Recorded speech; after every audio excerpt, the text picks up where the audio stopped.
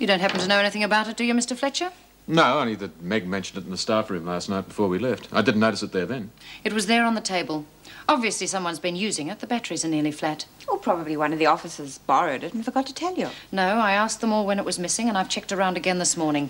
None of them had it. Well, how long has it been missing? 3 days. Well, what about Paul Reed? Have you mentioned it to him? He's not in at present. Nobody seems to know where he is. Oh, no, that's right. He mentioned to be working outside this morning. I suggest you check with him when he comes in. I don't have a very high opinion of the man, but I doubt if even he would borrow my radio without asking. Probably not. But we must check all avenues. Whichever way you look at it, Mrs. Davidson, it seems one of the prisoners must have taken it. Yes, and then gotten cold feet and put it back again. But I don't understand. How could they get into the staff room when the security gates are kept locked? There's only one answer. They've got a key. Surely not. Well, I made a key to this office. There could be others. A key to the security gates? But that's unthinkable. It means they could walk out of this place at any time. That's exactly what it means. Well, then we'd better make a search and not waste any more time.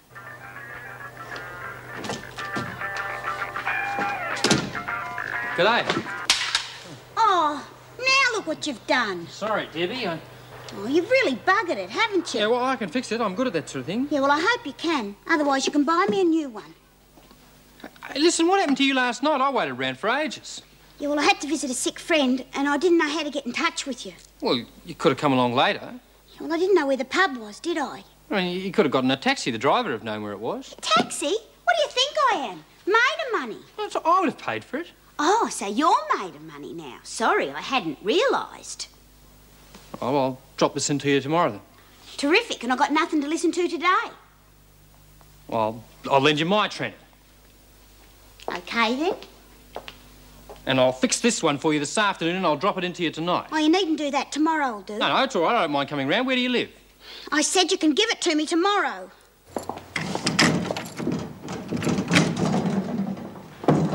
What are they looking for, Mrs. Davidson? Nothing in maternity except the usual. Cups, spoons, etc. Well, we expected that. Nothing. Right, next one.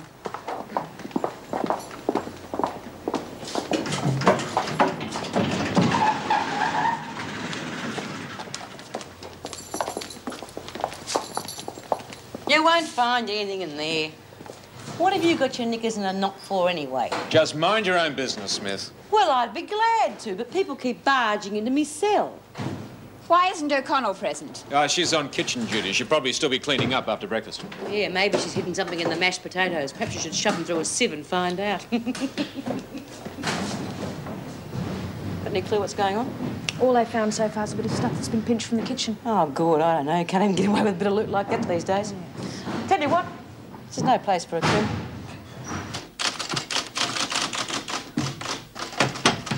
And how are you this morning, Miss Waterhouse? I'm fine, thank you, Kevin. How are things with you? Oh, not too bad, not bad. But look, I've had a bit of an accident, though. Oh, nothing serious. But you know Debbie Ray, the new girl down in the packing room? Yeah, I knocked a tranny over and broke it. Just what were you doing? Oh, no, nothing like that. No. Just snuck up behind her and gave her a bit of a fright, that's all.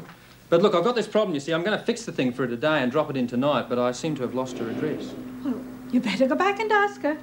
Yeah, well, I would, but Mr. Muir's been hanging around there all day, and I wouldn't want to get her into trouble. You could look up the files and tell me, couldn't you? Well, I'm not supposed to, you know. Yeah. Go on, Miss Waterhouse, just for me. Oh, all right. But don't tell anyone I gave it to you. No, no worries.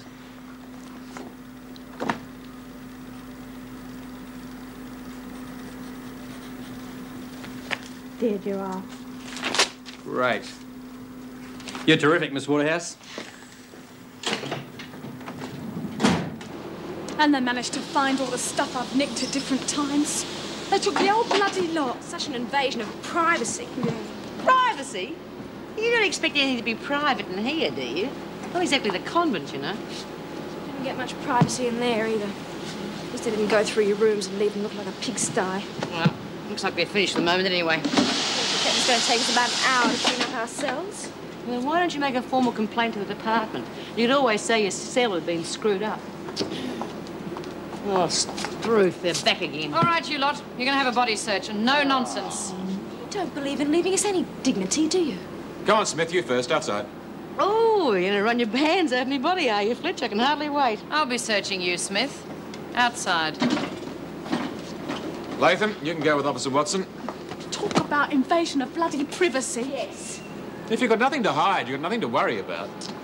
Come on, the rest of you, move. Colson, you can go with Miss Bennett when she's finished with Smith.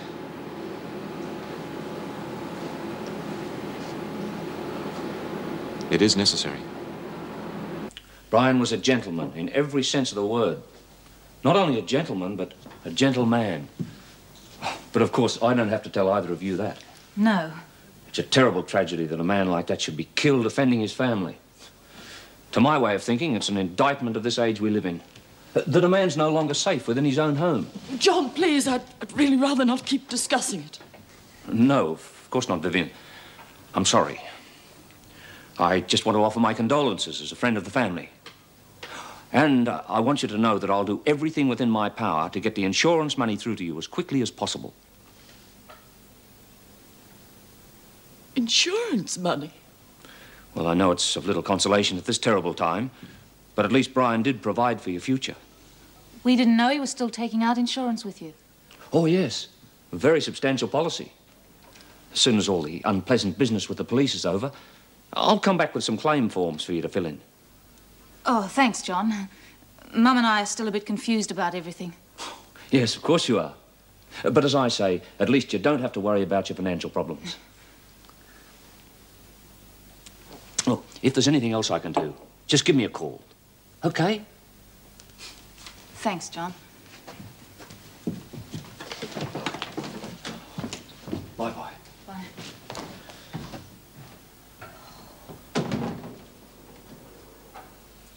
Isn't that just like Dad?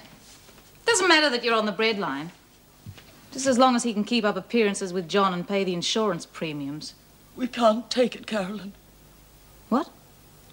The insurance money, we can't take it. Well, what else could we do? It'll look very suspicious if we don't make the claim. We've got to act normally, Mum. We killed him. We can't take his money.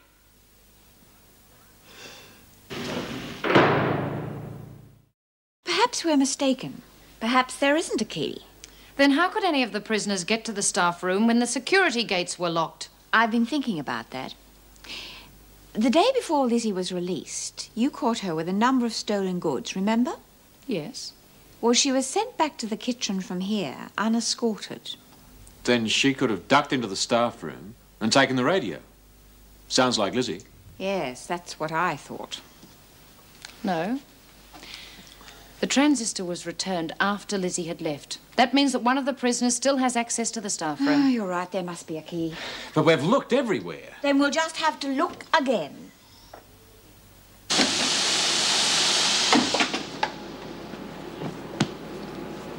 You'd think being pregnant would make some difference. Not them. Oh, I hate being groped all over like that. I bet you never said that to whoever got up the spout. Yeah. Well, I'm not going to let the screws touch my baby when it comes. I don't want it being contaminated. You're really looking forward to it, aren't you? Yeah, I am. Things will be real different for me then. I'm going to give my kid a good life. Never going to end up in here again. Want to bet? I'd like to have kids one day. Yeah, it won't be too late for you when you get out. You'll still be in your 20s. I'd like to forget all about this place. Marry some nice bloke. Settle down. Oh, now, doesn't that sound cosy? I can just imagine what'll happen to you two. Chrissy will go back in the game, and you'll end up married to some bludger who'll walk out and leave you with 4 kids in your hands. You're just jealous, because you know you're going to be an old woman before you get out of here. Thanks a bloody lot. Best thing is to play it cool from now on. I don't want to muck up my chances for parole, see? Me either. I'm going to the loo. Oh, God. Well, listen to the bloody Girl Guides.